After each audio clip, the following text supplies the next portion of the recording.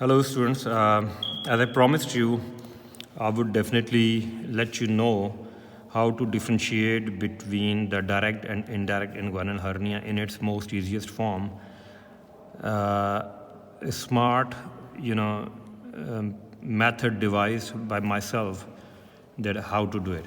So we know that inguinal canal is an oblique passage between two rings. This is one ring and this is another ring, or I should better make it a triangular. This is superficial ring and here we have got deep ring. So deep ring is a gap in the fascia transversalis and superficial ring is a gap in the aponeurosis of the external oblique. It has got two crura, the medial crura, lateral crura, and here we have got crisscross fibers from both cruras, and these are called intercrural fibers. So the inguinal canal is an oblique passage between these two rings here. So what I do, and here we have got this inguinal ring, this here anterior superior iliac spine, pubic tubercle, and here we have got inguinal ligament. And what is inguinal ligament? It is infolding of aponeurosis of external oblique muscle. So what I told you at mid-inguinal point, just above the mid-inguinal point, where here we have got a deep ring. As I told you, from the surface of the body, its exact location is mid-inguinal point and just above the mid-inguinal point. Whereas rest of the inguinal canal is superior and parallel to the medial half of the inguinal ligament. Just look at this is the inguinal ligament from here to till here, and this is midpoint, and from this inguinal ligament we have got parallel, and just above the medial half of the inguinal ligament we have got inguinal canal. So what is the most easiest way between, and here we have got Hasselbalch triangle in the posterior wall of the inguinal canal. As it is a 2D structure, so I cannot make it 3D so you can have a better understanding, but imagine here we have got a Hasselbalch triangle. So what actually I do, we have got two hernias, indirect hernia and direct hernia. So as I have already mentioned, for indirect hernia, it has to pass through both superficial and deep rings. So what I used to do, I take I of indirect hernia and just write it down like this, I for indirect. So as you can see that I is passing through both rings and canal as well. So I always remember to indirect hernia, the hernia has to pass through deep ring, then it has to cross the inguinal canal and coming out of superficial ring, and it has to appear in the groin area. So such a hernia would be indirect hernia, which is passing through both deep and superficial ring. Whereas direct hernia, it is bypassing the deep ring, rather it is coming out through the weakness in the posterior wall of the inguinal canal, that is Hasselbalch triangle area, and hernia is coming from Hasselbalch triangle into the inguinal canal, and then it comes out of the superficial ring. So there is a difference between both the hernias. One is passing through both rings, and that is indirect because of this I passing through both the rings, whereas direct hernia is coming into the inguinal canal through this weakness in the posterior wall, and then it appears through the superficial ring. So how to check it?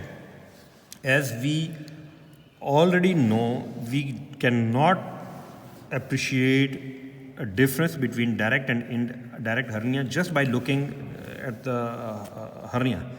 So what we need to do, ask the patient if there is hernia protruding, ask him to reduce himself, the patient will himself reduce the hernia. It will take the hernia back into the abdominal cavity. So what you're going to do, you are going to span your fingers between anterior superior iliac spine and pubic tubercle, and from there you will accurately take the mid-inguinal point, and just above the mid-inguinal point you will put your thumb and put some pressure.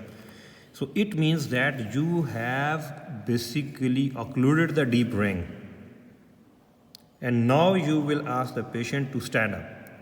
If patient stands up and there is no appearance of hernia into the inguinal area, so it is very simple. It means that you have occluded the deep ring and there is no hernia into the inguinal area. It means it was indirect inguinal hernia, because which was passing through both deep and superficial ring, and now you have occluded the deep ring and there is no hernia, because there is no passage for hernia to pass through the deep ring as you have compressed it.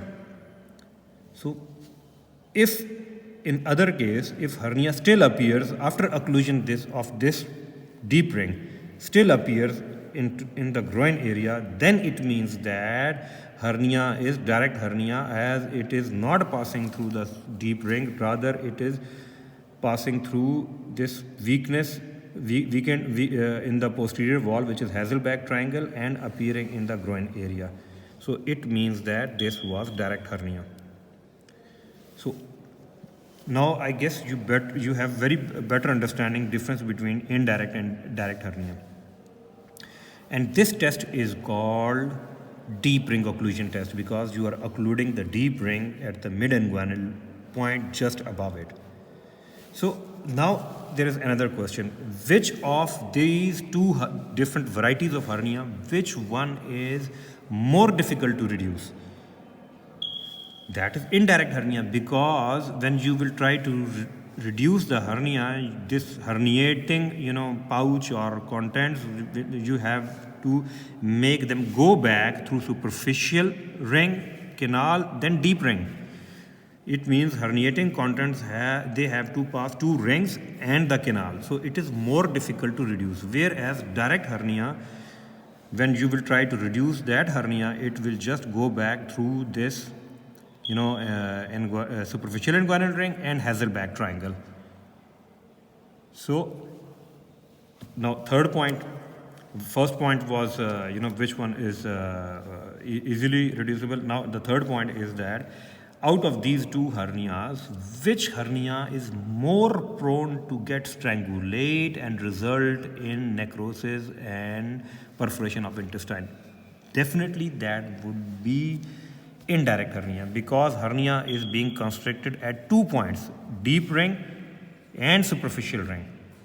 So there are more chances that herniating contents or maybe intestine, it would twist upon itself and result in, and because it is being constricted at 2 points, indirect hernia, at deep ring and at superficial ring. Otherwise, direct hernia, it is just coming out of superficial ring, so there are less chances that it would be constricted at the superficial ring and result in ischemia and perforation of intestine. So I hope I tried my level best to clear some concepts. If you still have any problem or questions, please do ask. In my next video, I would rather try to make this concept more clear. Thank you very much.